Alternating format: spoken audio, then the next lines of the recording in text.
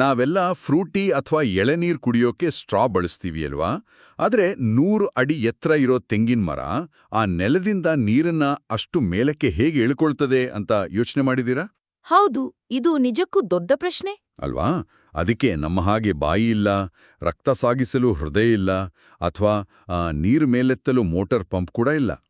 ಇವತ್ತಿನ ನಮ್ಮ ಈ ಆಳವಾದ ಚರ್ಚೆಯಲ್ಲಿ ನಮ್ಮ ಸೈನ್ಸ್ ಪುಸ್ತಕಗಳು ಮತ್ತೆ ರಿಸರ್ಚ್ ನೋಟ್ಸ್ ಬಳಸಿ ಸಸ್ಯಗಳ ಒಳಗೆ ನಡೆಯುವ ಈ ಮ್ಯಾಜಿಕ್ ಬಗ್ಗೆ ಅರ್ಥ ಮಾಡ್ಕೊಳ್ಳೋಣ. ಖಂಡಿತ. ಸಸ್ಯಗಳು ಸುಮ್ಮನೆ ನಿಂತಿರೋ ಹಾಗೆ ಕಂಡ್ರು ಅವುಗಳ ಒಳಗೆ ಅಂದ್ರೆ ಒಂದು ದೊಡ್ಡ ಫ್ಯಾಕ್ಟರಿನೇ ಕೆಲಸ ಮಾಡ್ತಾ ಇರುತ್ತೆ. ಈ ಕೆಲಸಗಳು ಹೇಗೆ ನಡೀತಾವೆ ಅನ್ನೋದೇ ಒಂದು ರೋಚಕ ವಿಷಯ. ಸರಿ, ಹಾಗಾದ್ರೆ ಮೊದಲು ಉಸಿರಾಟದ ಬಗ್ಗೆನೇ ಮಾತಾಡೋಣ. ನಮಗೆ ಉಸಿರಾಡಲು ಮೂಗಿದೆ, ಆದ್ರೆ ಸಸ್ಯಗಳು ಗಾಳಿಯನ್ನು ಒಳಗೆ ಹೇಗೆ ತೆಗೆದುಕೊಳ್ಳುತ್ತವೆ? ಸಸ್ಯಗಳಲ್ಲಿ ಉಸಿರಾಡುವ ಕೆಲಸವನ್ನು ಆ ಎಲೆಗಳು ಮಾಡ್ತವೆ. ಎಲೆಯ ಕೆಳಭಾಗದಲ್ಲಿ ತುಂಬಾ ಸಣ್ಣ ಸಣ್ಣ ರಂಧ್ರಗಳಿರ್ತವೆ. ಈ ರಂಧ್ರಗಳಿಗೆ ಸ್ಟೊಮಾಟಾ ಅಂತ ಕರೀತಾರೆ. Okay, stomata. ಹೌದು, ಗಾಳಿಯಲ್ಲಿರುವ ಕಾರ್ಬನ್ ಡೈಆಕ್ಸೈಡ್ ಅನ್ನು ಒಳತೆಗೆದುಕೊಂಡು ನಮಗೆ ಬೇಕಾದ ಆಕ್ಸಿಜನ್ ಅನ್ನು ಹೊರಬಿಡುವುದು ಇವೆ. ಆದ್ರೆ ಈ ಸ್ಟೊಮ್ಯಾಟಾ ರಂಧ್ರಗಳನ್ನು ನಾವು ಬರಿಗಣ್ಣಿನಿಂದ ನೋಡಬಹುದಾ? ನಮ್ಮ ಮನೆಯ ಕಿಟಕಿಗಳ ಹಾಗೆ ಇವು ಯಾವಾಗಲೂ ತೆರೆದೇ ಇರುತ್ತವಾ? ಇಲ್ಲ ಇಲ್ಲ, ಇವು ಬರಿಗಣ್ಣಿಗೆ ಖಂಡಿತ ಕಾಣಿಸೋದಿಲ್ಲ.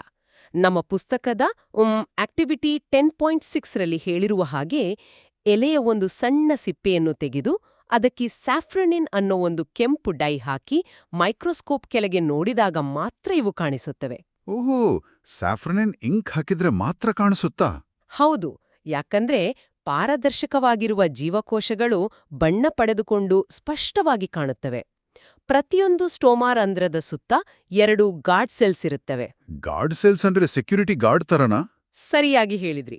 ಇವು ಅಂದ್ರೆ ನಮ್ಮ ಶಾಪಿಂಗ್ ಮಾಲ್ನ ಆಟೋಮ್ಯಾಟಿಕ್ ಗೇಟ್ ತರ ಕೆಲಸ ಮಾಡ್ತವೆ. ಆಟೋಮ್ಯಾಟಿಕ್ ಗೇಟ್ ಅಂದ್ರೆ ಬೇಕಾದಾಗ ಮಾತ್ರ ಓಪನ್ ಆಗುತ್ತಾ?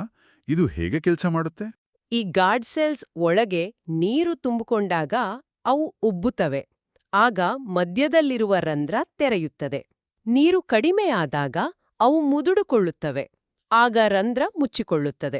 ಅಂದ್ರೆ ತುಂಬಾ ಬಿಸಿಲಿದ್ದಾಗ ಎಲೆಯಲ್ಲಿರೋ ನೀರು ಆವಿಯಾಗಿ ನಷ್ಟವಾಗಬಾರ್ದು ಅಂತ ಈ ಗೇಟ್ಗಳು ತಾವಾಗೆ ಮುಚ್ಕೊಳ್ತವೆ ಅಂತಾಯ್ತು. ಹೌದು, ತಾವಾಗಿಯೇ ಗೇಟ್ ಕ್ಲೋಸ್ ಮಾಡ್ತವೆ. ಓಕೆ, ಅಂದ್ರೆ ಎಲೆಗಳು ಗಾಳಿಯಿಂದ ಕಾರ್ಬನ್ ಡೈಆಕ್ಸೈಡ್ ತೆಗೆದುಕೊಂಡು, ಆದ್ರೆ ಆಹಾರ ತಯಾರಿಸಲು ನೀರು ಕೂಡ ಬೇಕಲ್ವೇ? ನೆಲದೊಳಗಿರುವ ಬೇರಿನಿಂದ ಅಷ್ಟು ಎತ್ತರದ ಮರದ ತುದಿಯಲ್ಲಿರುವ ಎಲೆಗಳಿಗೆ ನೀರು ಹೇಗೆ ತಲುಪ್ತದೆ? ಅದೇ ಇಲ್ಲಿರೋ ಮ್ಯಾಜಿಕ್. ಯಾಕಂದ್ರೆ ಇಲ್ಲಿ ಗುರುತ್ವಾಕರ್ಷಣೆ ಅಂದ್ರೆ ಗ್ರಾವಿಟಿಯ ವಿರುದ್ಧವಾಗಿ ನೀರು ಮೇಲೆ ಹೋಗ್ಬೇಕಲ್ಲ. ಅಲ್ಲೇ ಇರೋದು ಅಸ್ಲಿ ಟ್ರಿಕ್. ಸಸ್ಯಗಳ ಒಳಗೆ ಪೈಪ್ಗಳಂತಹ ಒಂದು ಜಾಲವಿದೆ. ಅದಕ್ಕೆ ಝೈಲಮ್ ಅಂತ ಹೆಸರು. ಇದು ಕೇವಲ ಒನ್ ವೇ ರಸ್ತೆ ಇದ್ದ ಹಾಗೆ. ಒನ್ ವೇ ರಸ್ತೆ ಅಂದ್ರೆ ಬೇರುಗಳಿಂದ ನೀರು ಮತ್ತು ಮಿನರಲ್ಸ್ ಅನ್ನು ಕೇವಲ ಮೇಲಕ್ಕೆ ಮಾತ್ರ ಸಾಗಿಸ್ತದೆ. ಆದ್ರೆ ನೀರು ಮೇಲೋಗೋಕೆ ಪಂಪ್ ಬೇಕಲ್ಲ, ಅದು ಹೇಗೆ ಕೆಲಸ ಮಾಡುತ್ತೆ?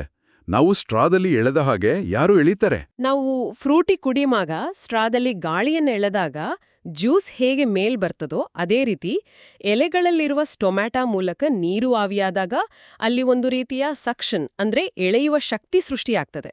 ಓ, ಆ ಶಕ್ತಿಯೇ ಬೇರಿನಿಂದ ನೀರನ್ನ ಮೇಲೆ ಕೆಳೆಯುತ್ತಾ? ಹೌದು. ಆಕ್ಟಿವಿಟಿ 10.7 ರಲ್ಲಿ ನೋಡಬಹುದು. ಒಂದು ಗಿಡದ ಕಾಂಡವನ್ನು ಕೆಂಪು ಇಂಕ್ ಇರುವ ನೀರಿನಲ್ಲಿ ಇಟ್ರೆ ಆ ನೀರು ಕಾಂಡದ ಮೂಲಕ ಮೇಲಕ್ಕೆ ಹತ್ತಿ ಎಲೆಗಳಲ್ಲಿ ಕೆಂಪು ಗೆರೆಗಳು ಮೂಡುತ್ತವೆ. ಹೌದಾ? ಖಂಡಿತ. ಕಾಂಡವನ್ನು ಕತ್ತರಿಸಿ ನೋಡಿದ್ರೆ ಒಳಗಡೆ ಆ ಝೈಲಮ್ ಪೈಪ್ಗಳಲ್ಲಿ ಕೆಂಪು ಚುಕ್ಕೆಗಳು ಕಾಣುತ್ತವೆ. ವಾ, ಅಂದ್ರೆ ನೀರು ಝೈಲಮ್ ಮೂಲಕ ಎಲೆಗಳನ್ನು ತಲುಪಿತು. ಈಗ ಎಲೆಗಳು ಫೋಟೋಸಿಂಥಸಿಸ್ ಮಾಡಿ, ಅಂದ್ರೆ ಸೂರ್ಯನ ಬೆಳಕನ್ನ ಬಳಸಿ ಆಹಾರ, ಅವೇ ಗ್ಲೂಕೋಸ್ ತಯಾರಿಸ್ತವೆ ಅಲ್ವಾ? ಹೌದು, ಗ್ಲೂಕೋಸ್ ತಯಾರಾಗುತ್ತೆ. ಆದ್ರೆ ಈ ತಯಾರಾದ ಊಟ ಮರದ ಕೆಳಗಿರುವ ಬೇರುಗಳಿಗೆ ಹೇಗೆ ಬರ್ತದೆ? ನಾವು ಶಾಲೆಯಲ್ಲಿ ಊಟದ ಡಬ್ಬಿ ತಗೊಂಡು ಹೋಗಿ ನಮ್ಮ ಫ್ರೆಂಡ್ಸ್ ಜೊತೆ ಹಂಚ್ಕೊಳ್ತೀವಲ್ಲ, ಹಾಗೆ ಈ ಆಹಾರವನ್ನು ಸಸ್ಯದ ಎಲ್ಲಾ ಭಾಗಗಳಿಗೂ ತಲುಪಿಸಲು ಬೇರೆ ದಾರಿ ಇದೆಯಾ? ಖಂಡಿತ ಇದೆ. ಇದಕ್ಕಾಗಿ ಫ್ಲೋಯಮ್ ಎಂಬ ಇನ್ನೊಂದು ಪೈಪ್ ವ್ಯವಸ್ಥೆ ಇದೆ. ಇದು ಆಹಾರವನ್ನು ಸಾಗಿಸುವ ಪೈಪ್.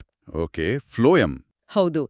ಎಲೆಗಳಲ್ಲಿ ತಯಾರಾದ ಗ್ಲೂಕೋಸ್ ಅನ್ನು ಬೇರುಗಳು, ಬೀಜಗಳು ಮತ್ತು ಹೂವುಗಳಿಗೂ ಇದು ತಲುಪಿಸುತ್ತದೆ. ಝೈಲಮ್ ಕೇವಲ ಮೇಲಕ್ಕೆ ಮಾತ್ರ ನೀರು ಸಾಗಿಸಿದ್ರೆ ಈ ಫ್ಲೋಯಮ್ ಮೇಲಕ್ಕೂ ಮತ್ತು ಕೆಳಕ್ಕೂ ಚಲಿಸುವ ಟೂ ವೇ ರಸ್ತೆಯಾಗಿದೆ. ಇದು ನಿಜಕ್ಕೂ ಅದ್ಭುತವಾದ ವಿಷಯ. ಬಾಯಿ ಮೂಗು ಇಲ್ಲದಿದ್ದರೂ ಉಸಿರಾಡಲು ಸ್ಟೊಮಾಟಾ ರಂಧ್ರಗಳು, ಮೋಟಾರಿಲ್ಲದೆ ನೀರು ಎಳೆಯಲು ಝೈಲಮ್ ಅನ್ನೋ ಒನ್ ವೇ ಪೈಪ್. ಹೌದು. ಮತ್ತೆ ಎಲ್ಲರಿಗೂ ಊಟ ಹಂಚಲು ಫ್ಲೋಯಂ ಅನ್ನೋ ಟೂ ವೇ ಪೈಪ್. ಸಸ್ಯಗಳ ಒಳಗಿನ ಈ ಹೆದ್ದಾರಿಗಳು ಎಷ್ಟೊಂದು ಶಿಸ್ತಿನಿಂದ ಕೆಲಸ ಮಾಡ್ತವೆ ಅಂತ ನಾವಿವತ್ತು ತಿಳ್ಕೊಂಡ್ವಿ. ಈಗ ಕೊನೆಯದಾಗಿ ಒಂದು ಕುತೂಹಲಕಾರಿ ಪ್ರಶ್ನೆ. ಮರುಭೂಮಿಯಲ್ಲಿ ಮಳೆಯೇ ಇರುವುದಿಲ್ಲ. ಅಲ್ಲಿನ ಸಸ್ಯಗಳು ನೀರನ್ನು ಉಳಿಸಿಕೊಳ್ಳಲು ದಿನವಿಡೀ ತಮ್ಮ ಸ್ಟೊಮಾಟಾ ಗೇಟ್ಗಳನ್ನು ಮುಚ್ಕೊಂಡೇ ಇರುತ್ತವೆಯಾ? ಒಳ್ಳೆ ಪ್ರಶ್ನೆ. ಹಾಗಿದ್ರೆ ಅವು ಉಸಿರಾಡುವುದಾದ್ರೂ ಹೇಗೆ? ಮತ್ತು ಆಹಾರ ತಯಾರಿಸುವುದು ಹೇಗೆ? ಇದರ ಬಗ್ಗೆ ನಾವೆಲ್ಲರೂ ಸ್ವಲ್ಪ ಯೋಚಿಸಿ ಈ ಪ್ರಕೃತಿಯ ಅಚ್ಚರಿಯ ಉತ್ತರ ಹುಡುಕಲು ಪ್ರಯತ್ನಿಸೋಣ.